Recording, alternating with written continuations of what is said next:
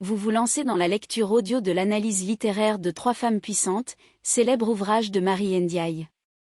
Au fil de cette lecture, vous découvrirez dans un premier temps une brève mise en contexte de l'œuvre et son auteur. Ensuite, un résumé de l'ouvrage vous sera exposé, suivi d'une analyse des personnages et des points clés du roman. Une fois ces différents points abordés, il ne nous restera plus qu'à conclure cette écoute par quelques questions qui pourront alimenter encore davantage votre réflexion. L'auteur. Marie Ndiaye est auteure de pièces de théâtre, de romans et de nouvelles. À son actif, elle a déjà une vingtaine de publications depuis 1985. Parmi ses activités d'écriture, celle de romancière est la plus importante puisqu'elle a écrit 12 romans dont Rosie Carpe 2001 et Trois femmes puissantes 2009, qui ont respectivement été récompensés par les prix Femina et Goncourt. Dès son premier récit, elle est publiée aux éditions de Minuit, considérée comme une maison d'édition de qualité. L'auteur, métisse né en France en 1967 d'un père sénégalais, ne s'est rendu pour la première fois en Afrique que dans les années 1980 et n'y a plus voyagé qu'une fois depuis lors. L'œuvre. Trois femmes puissantes est l'œuvre qui a révélé Marie Ndiaye au grand public. Le prix Goncourt reçu pour ce livre n'y est pas étranger. Dans ce livre, 3 récits se succèdent, 3 histoires de femmes, sans lien apparent. Néanmoins, une même thématique émerge, celle de femmes modernes qui affrontent les difficultés de la vie. C'est la médiocrité d'un homme qui permet de révéler chacune de ces 3 femmes puissantes. En outre, un personnage secondaire établit la liaison d'un récit à l'autre. Résumé. Premier récit. Nora a grandi avec sa mère et sa sœur après que leur père ait enlevé leur frère, Sonny, et l'ait emmené en Afrique.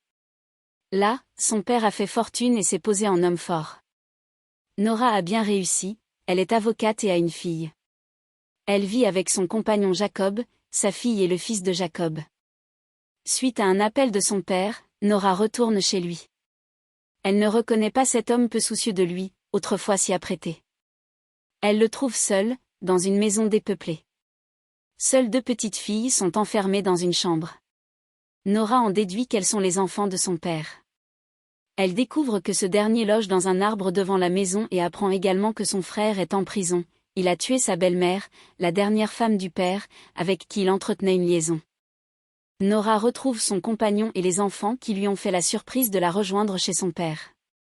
Tous peuvent observer les manières de ce dernier qui mange sans se préoccuper des bonnes manières.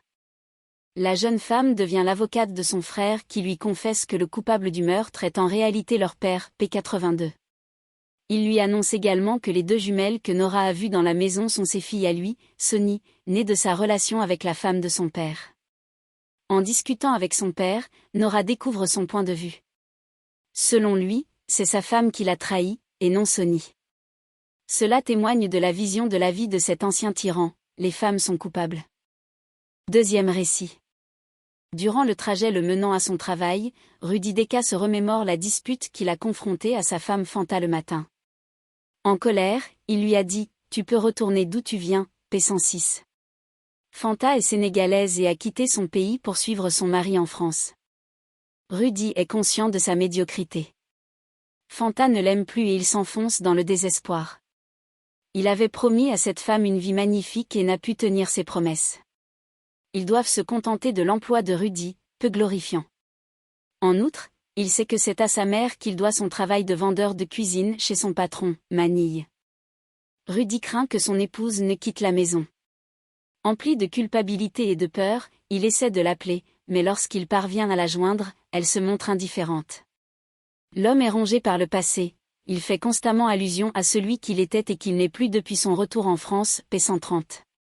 Au cours de son introspection, il réalise que les mots adressés à Fanta peuvent signifier « retourner auprès de Manille », puisque ce dernier a entretenu une relation avec Fanta. Rudy apprend que sa mère est passée déposer des prospectus sur son lieu de travail, elle veut convaincre les gens de la présence des anges. Le premier exemplaire a été gribouillé et Rudy ne peut supporter que quelqu'un se moque ainsi des convictions de sa mère. Manille nie être l'auteur du dessin. Il ne pourrait pas faire cela à la mère de Rudy. Quand il était petit, elle l'accueillait pour lui offrir à goûter. La jalousie ne quitte plus Rudy car sa mère ne lui a jamais dit qui était cet enfant qu'elle accueillait. Pendant le trajet pour se rendre chez une cliente mécontente, une bus vient percuter sa voiture et le blesse au front. Rudy Nous espérons que vous avez apprécié cet aperçu. Pour continuer à écouter ce livre audio sur Google Play Livres, utilisez le lien dans la description de la vidéo.